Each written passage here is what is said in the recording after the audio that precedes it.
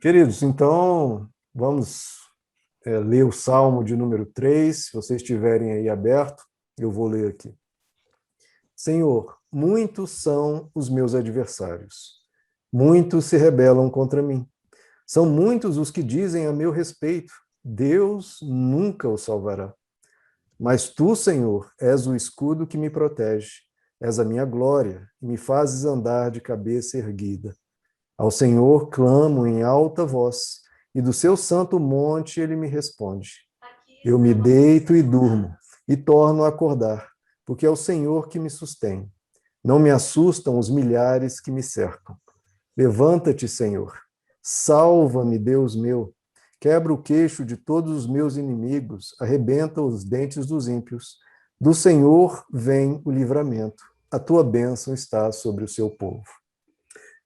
Bom, queridos, na nossa vida, né, e isso ocorre com cada um de nós, todos nós atravessamos as mais diversas situações e cada um, nesse exato momento, está atravessando as mais diversas situações, né, situações particulares, situações de cada um, né, e totalmente, muitas vezes, diferente um do outro. A gente passa pela vida por vários problemas e questões, as mais diversas.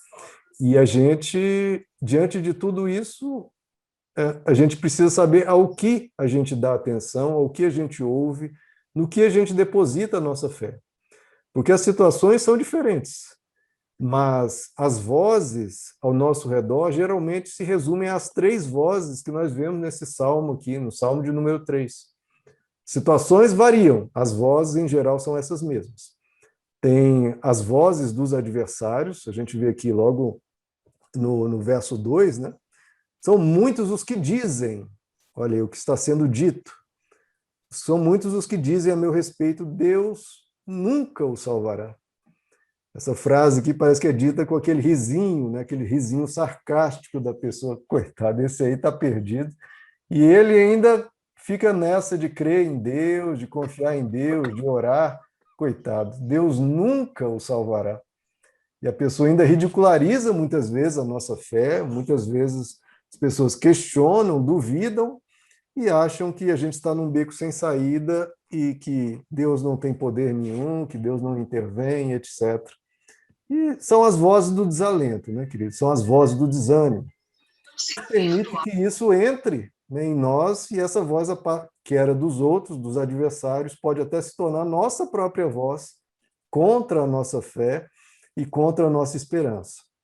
Né? A gente não pode permitir que essas vozes externas entrem em nossa mente, ou mesmo que a nossa mente produza essa voz. Né? Porque muitas vezes pode ser nós mesmos que pensamos isso. Deus nunca vai me salvar de uma situação dessa. Como é que pode, né? Às vezes eu me coloquei nela, ou eu entrei disso de uma forma ou de outra, e, enfim, eu acho que Deus realmente, nessa situação, ele não tem como me auxiliar, me livrar, me libertar.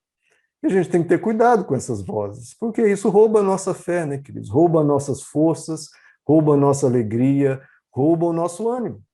E Jesus disse que diante das aflições nós temos que ter bom ânimo. Essa é a atitude que nós temos que ter. Paciência e bom ânimo. E essas vozes não dão atenção. E, na verdade, a voz que nós devemos ter é essa voz aqui que o salmista fala. No verso 3, mas tu, Senhor, és o escudo que me protege. És a minha glória e me fazes andar de cabeça erguida. Então, olha a confiança dele. Apesar dos pesares, apesar da situação, ele falava: não, eu vou andar de cabeça erguida. Eu não vou me abater, eu não vou abaixar minha cabeça e ficar lamentando, lamuriando ou me auto-vitimizando.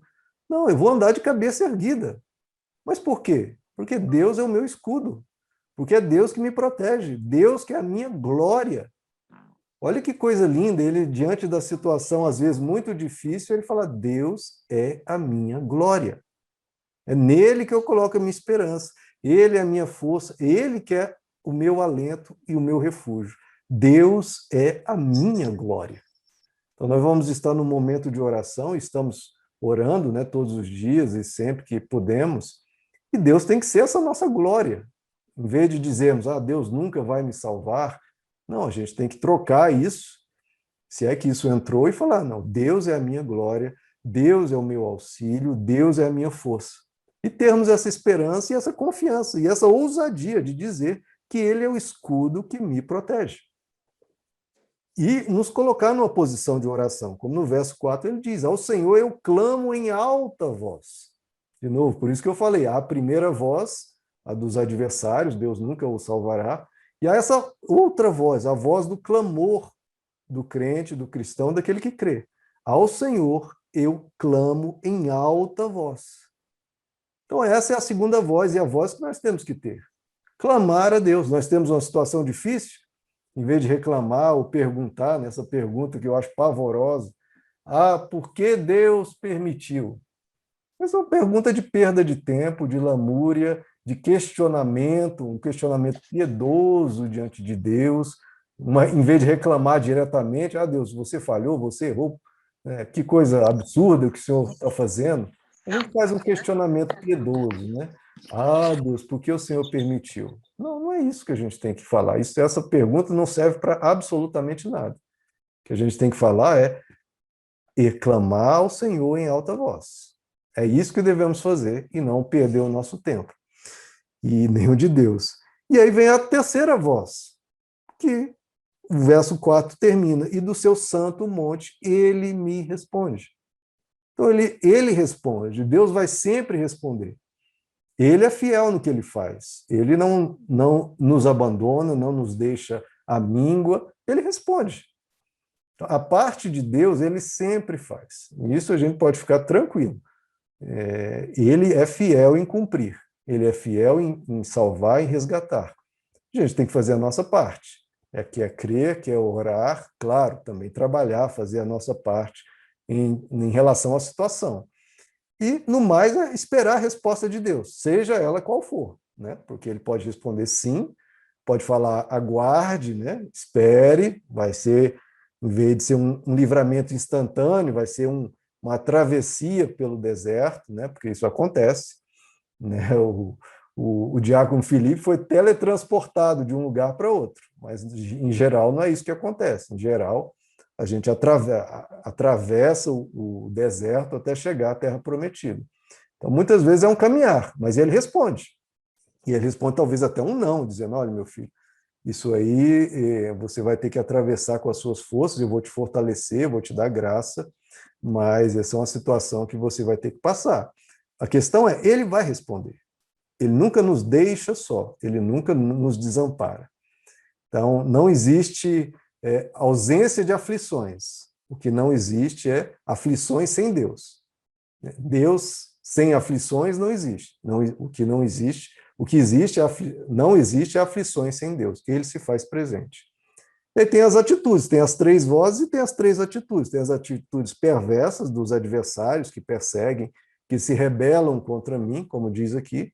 Existe a atitude de nós, como aqueles que creem, que é clamar a Deus, falar, eu deito e durmo. Eu tenho tamanha fé em Deus que eu deito e eu durmo.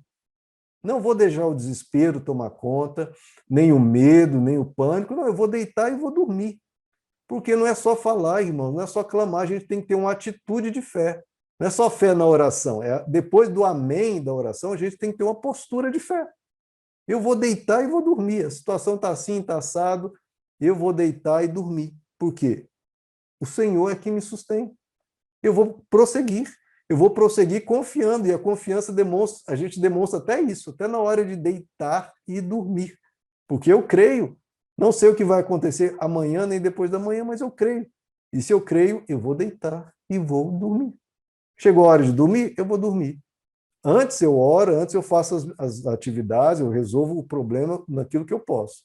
Chegou a hora de dormir, não vou me desesperar. Eu vou deitar e dormir. É a atitude da fé em todo momento. Na oração, depois da oração e sempre. Ao ponto que ele falou, não me assustam os milhares que me cercam. Olha o tamanho da atitude de fé que ele teve. Então a gente tem que orar com fé e tem que ter a atitude de fé. Porque ora com fé, ali 10 minutos, uma mega fé, um mega clamor, um fervor tremendo. E as outras 23 horas e 50 minutos do dia É desespero, pânico, é falta de fé, não crê, se entrega ao medo. Não, o que vai contar? 10 minutos de fé ou as 23 horas e 50 minutos de total falta de fé? Não, a gente tem que ter fé até quando não está orando, até porque, em geral, é a maior parte do dia. Então, a gente tem que ter essa ousadia, falar, não vou me assustar nem com os milhares que me cercam. E aí vem a atitude de Deus, né, que é no último verso, que diz, do Senhor vem o livramento, a tua bênção está sobre o teu povo. Então, tem as vozes, as três vozes, vozes dos inimigos, a nossa voz, a resposta de Deus. Tem três atitudes, as atitudes perversas, a nossa atitude de confiança teimosa em Deus, insistente em Deus, e depois, claro, a atitude de Deus, que é de abençoar, é de proteger, é de livrar e de atuar nas nossas vidas. Então, é nesse espírito que a gente ora. Ora e depois age em oração. Vai viver a oração que foi feita. A gente vai orar aqui com fé, vamos orar aqui com confiança. E terminado que, dado o amém da reunião de oração, a gente vai viver a oração que foi feita. A fé sem obras é morta. Não adianta a gente ter uma mega fé aqui e, terminada a oração, as nossas obras não existirem. Vai ser uma fé morta, vai ser uma oração que não passou do teto. A gente tem que agir de acordo com a nossa oração. A nossa vida tem que ser de acordo com a oração. E aí sim a oração tem efeito, a oração foi demonstrada a fé que se tinha na vida da mesma oração que foi feita no momento da oração. Amém, queridos? Vamos fazer uma oração a respeito disso? Senhor nosso Deus, queremos agir assim, dar atenção à voz da fé, clamar ao Senhor, interceder a Ti nessa forma, clamando ao Senhor, sabendo que o Senhor é a nossa glória, que o Senhor é o nosso escudo e que podemos confiar em Ti. A nossa confiança em Ti não é vã, não volta vazia, porque nós sabemos em quem temos crido e nós confiamos em Ti. Depositamos, Pai, as orações do Teu povo na Tua presença, as orações que aqui serão feitas, as orações do nosso dia a dia, as nossas dores, os nossos clamores, as nossas angústias. Colocamos diante de Ti, nós clamamos a Ti como salmista, em alta voz, e clamamos pela Tua resposta. E que a nossa reação, a nossa resposta a essa oração seja uma vida em fé, uma vida que caminha de cabeça erguida, deitando e dormindo e não nos assustando com as situações que vêm, porque a nossa fé é em Ti. Nossa fé está firmada na rocha. Colocamos, Pai, nessa reunião tudo que será pedido e clamamos ao Senhor, intercedemos como Teu povo pela Tua ação, pela Tua graça e pelo Teu amor. Te pedimos em nome de Jesus. Amém.